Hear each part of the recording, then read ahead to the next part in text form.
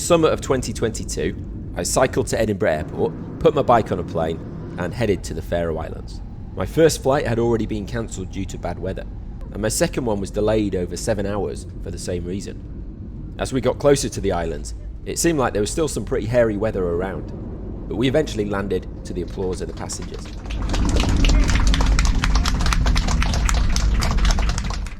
I collected my bike, which was in possibly the largest bike box you've ever seen, put it all back together, and then headed out into the fog to find my campsite.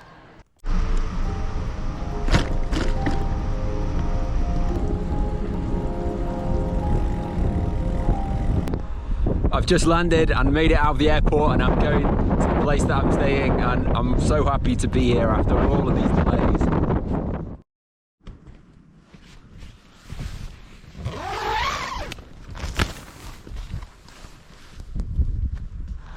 It's my first morning on the Faroes and I just love it already. It's so scenic everywhere. I cycled from the airport to my campsite, only about 10k last night, and I just had to stop all the time because there's so many scenic places that I'll never be able to do justice with a video or a photo.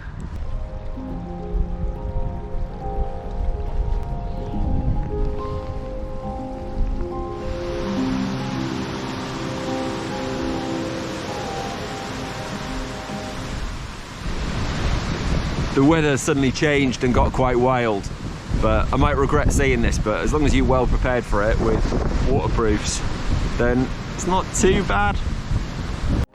After a few days of hiking and exploring, I headed to the next island, and I discovered that to get there, you need to go through some pretty gnarly tunnels. I'm in an undersea tunnel that connects the island with the airport to the main island. I'm about halfway through. It's quite unsettling, really. I don't think the drivers here are really used to seeing bikes on the road, especially in a tunnel that goes under the sea. So they're hammering past, and there's like a weird disorientating thing with the sound.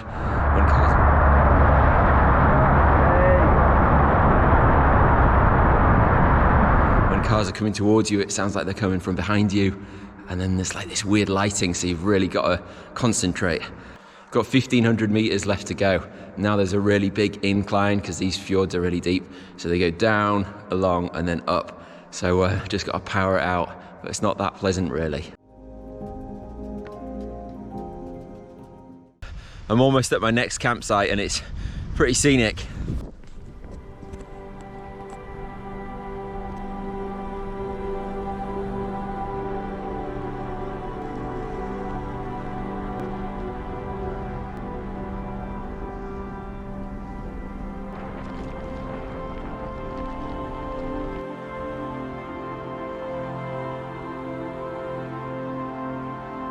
I put my tent up and ditched my bags, and then started cycling uphill.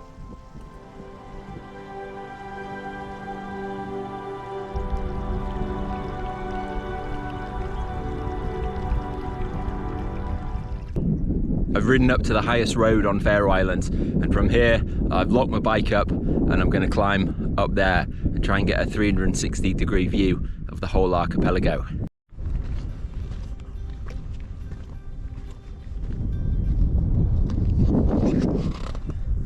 My bike's all the way down there and I'm not even halfway up yet.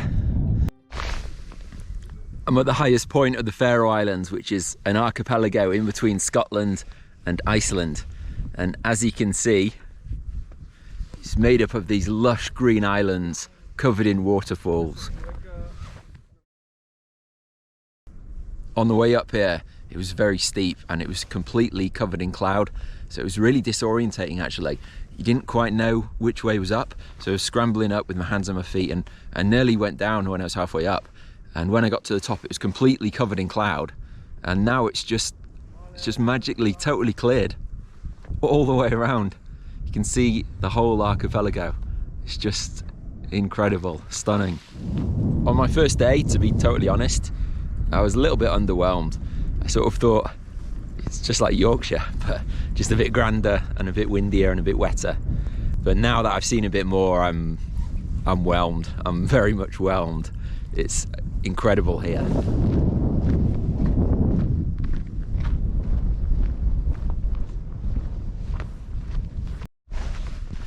There was a guy on the top there and I asked him if he'd take a photo for me, and after he did, he said to me, "Have you hiked before?"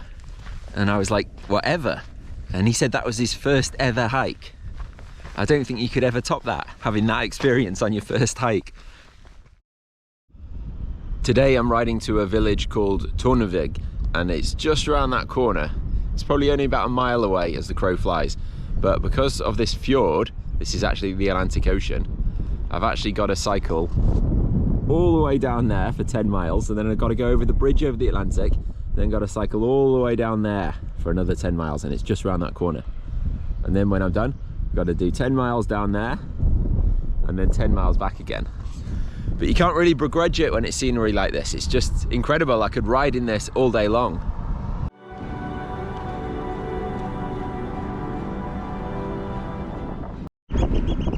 This is called the bridge over the Atlantic. This is actually the Atlantic Ocean.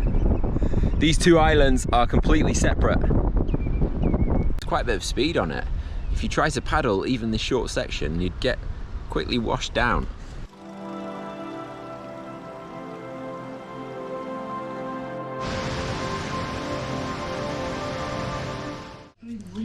It's been a bit hard to find some hot food, so I'm mostly surviving on gas station hot dogs, and I'm absolutely fine with that. Cheers.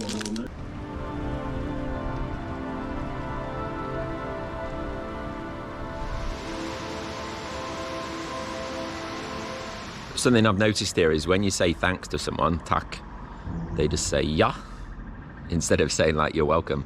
So it's just like thanks, yeah. It sounds quite curt when you first hear it, but I'm starting to really like it. I'm trying this Faroese chocolate bar. I didn't know what it was before I got it, but it turns out it's chocolate with licorice inside it. It's not gross, but it's, I don't think I'd buy it again.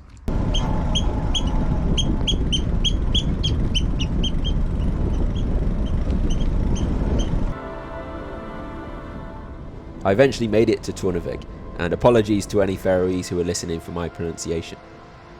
From that little isolated village, I went on a brilliant hike.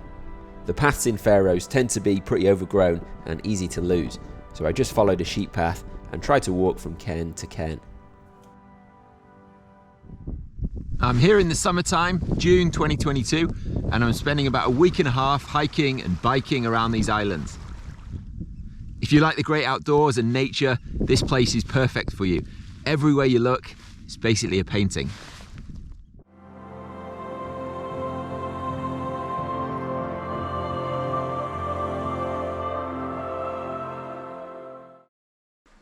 The weather's not so good today. It's very changeable here. It's a bit chilly and a bit windy, and the seagulls are laughing at me. Hello. I feel like when I actually got here, I was quite lucky. It has rained every single day, but apart from that, there's been some very nice sections of days as well. For example, this morning was blowing rain, had to get head to toe waterproofs on, wind in my face, and now look at it.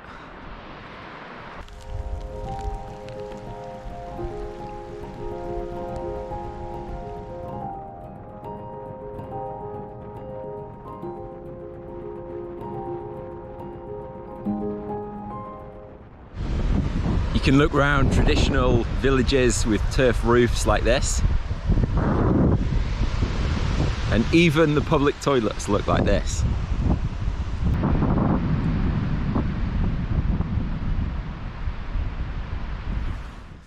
I'm inside an old Viking house, one of those ones with the turf on the roof. It's pretty nice actually.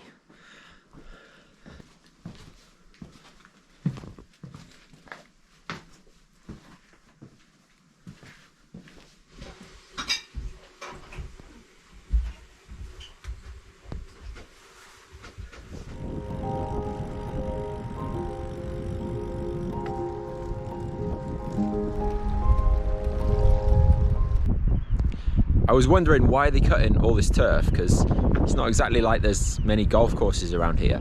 And then I realised it's for the roofs of the houses.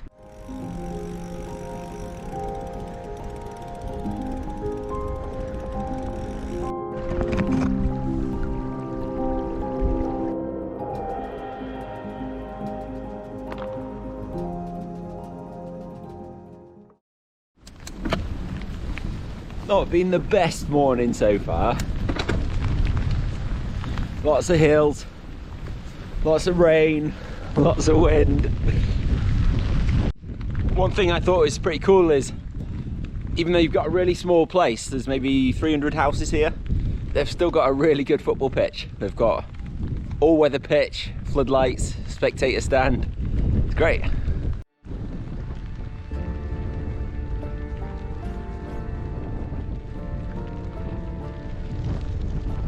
Some serious weather.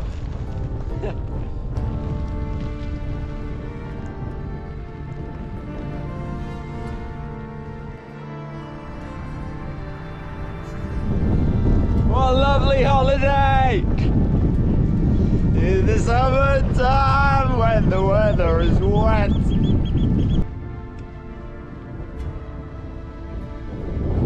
Bit of a challenging section. Just got to get over this mountain pass. Hey, there's a tunnel under the mountain, but it felt like it was going to be too easy. The thing is, if you take the tunnel, you miss out on this descent.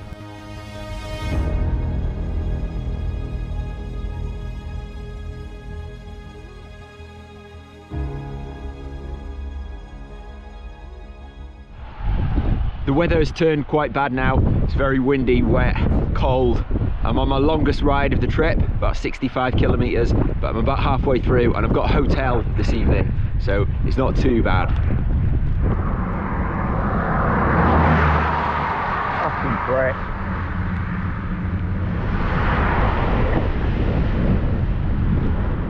After dodging some dodgy drivers, I made it to the metropolis of Klaksvik, the second biggest city in the Faroes, with a staggering 5,000 people. And here I was able to try out some Faroese food and drink. So from what I can see, this is a single track tunnel. It's just a really small tunnel. We've got to wait at these traffic lights until they go green, and then I've got to race through before all the other cars start coming in the other direction. You know.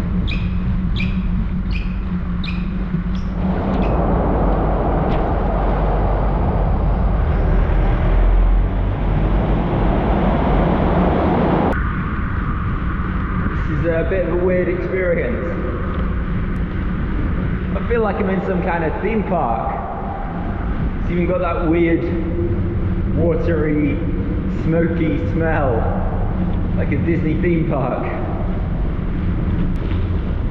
Question is, can I get through before the lights change? Ta-da! I carried on to the northernmost island, where the traffic melted away, but the scenery was just as impressive.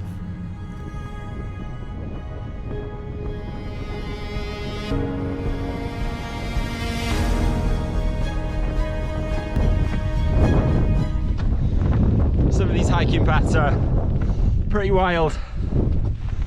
No health and safety or anything like that. I made it to the top. It's a little bit wet. Very much a sheer drop down there to the ocean.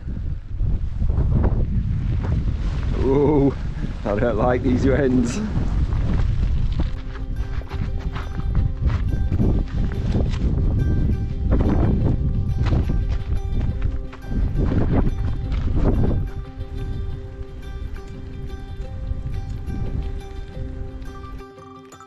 There's something about looking back where you've just been that's really satisfying. I climbed to the top of that mountain this morning and it's not even lunchtime. This is a little picnic stop, middle of nowhere really. There's a town down that way with a couple of hundred people, but apart from that, nothing really around. But on one of the benches, I've seen this in a few places, there's just a Tupperware box, an honesty box with some stamps in it. So you just put your 50 kroner in there and then take what you want. Imagine just leaving this lying around in most other countries with money in it. It would be long gone.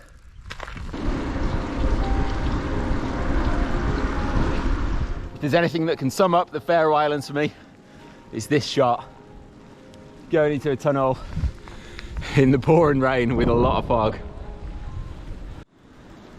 Still don't like these tunnels. This one's not too bad because it's very quiet, but the busy ones are horrible.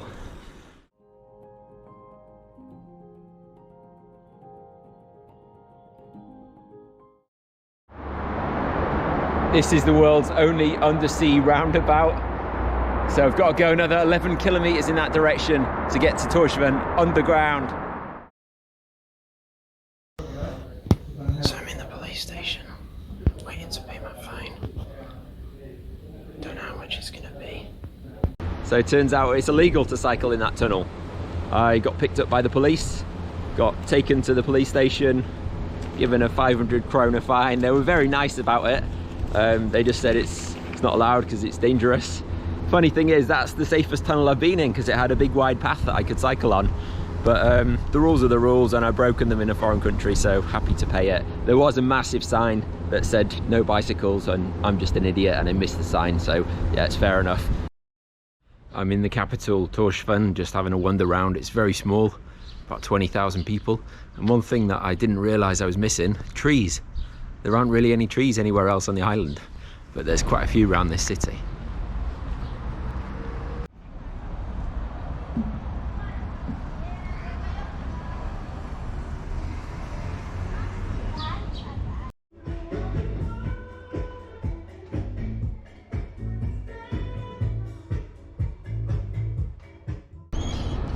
This area is where they first made the Viking Parliament about 1,000 years ago, and it's got all the Faroese government here. Just walk right past the door of the Prime Minister's office. I don't know what this building is, maybe a hotel, university or something, but in this kind of weather, the place almost looks kind of Soviet at times. The Faroe Islands is so built around the sea, I thought I couldn't not get out on the water, so I'm about to go for a ride on this speedboat. Apparently it's quite fast.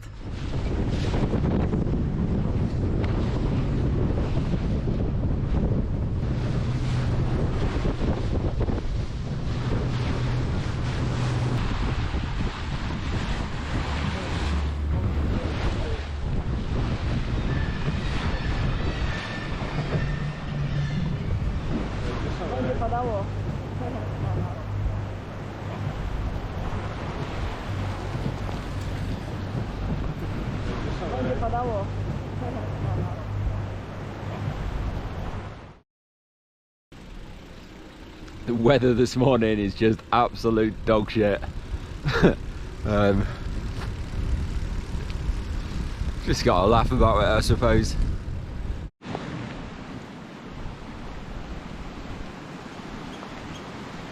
This is presumably the old road. They've built a new bridge over this gorge, and it's saved me a lot of time with winding backwards and forwards. Apparently they have 37 different words for fog in Faroese. I don't know what type this is, but it's pretty thick.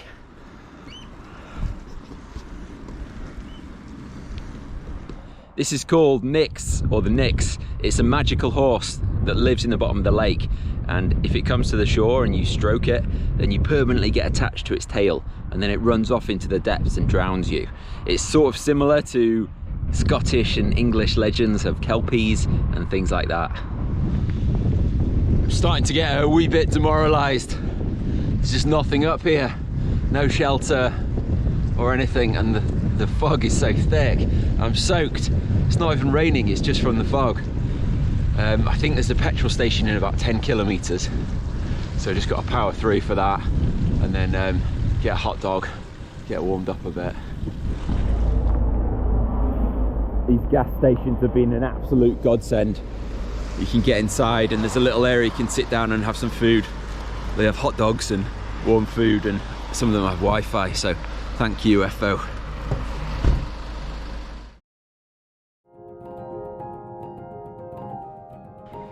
This village was one of the last to be connected to the Faroese road network back in 2006.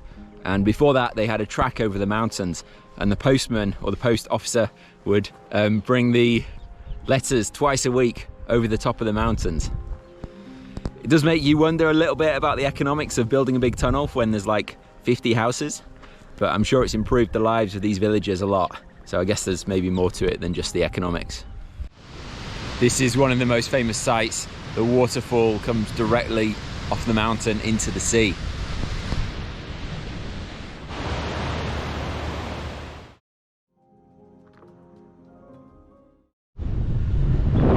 This is a former watchtower from the RAF. They occupied the islands in the Second World War along with the Royal Navy. It's got a great view of the airfield. I think the Royal Engineers built that in the war as well. And from that old watchtower, it was just a short hop to the airport, and then my time in Faroes was finished. If you want to visit, I can give you a tip. Sometimes the best view is behind you.